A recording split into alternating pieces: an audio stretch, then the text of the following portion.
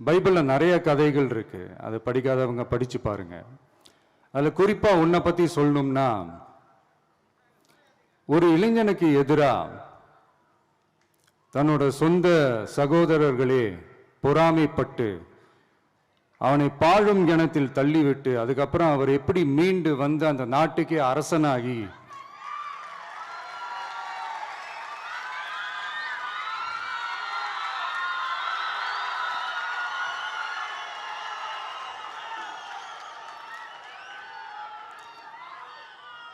அந்த நாட்டுக்கே அரசனாகி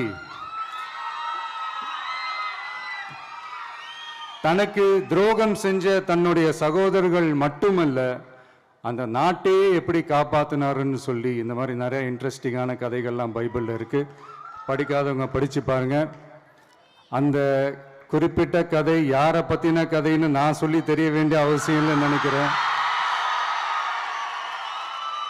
அது உங்க எல்லாருக்குமே நல்லா தெரியும்.